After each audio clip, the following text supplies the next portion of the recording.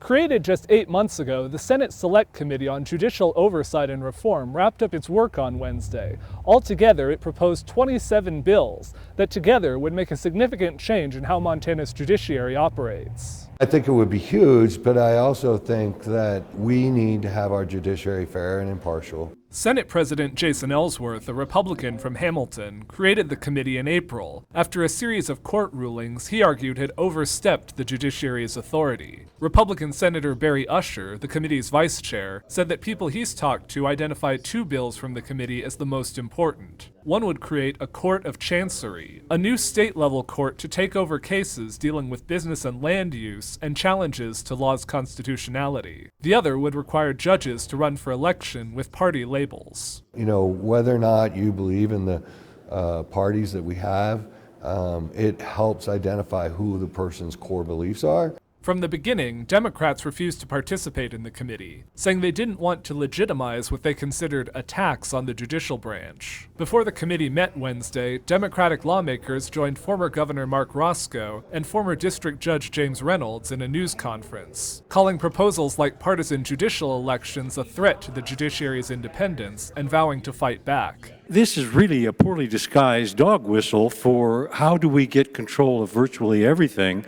so we can do everything we want to do our way. Each of these bills are part of a system that injects politics into the courtroom.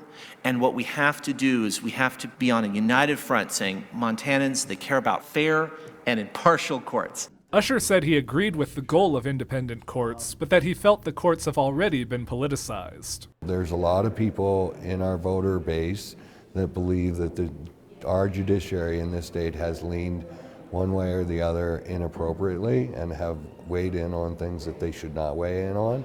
Of course, all the bills proposed by the committee still have to go through the full legislative process, so it'll be until next spring before we have a full picture of how many of these proposed reforms go forward. In Helena, Jonathan Ambarian, MTN News.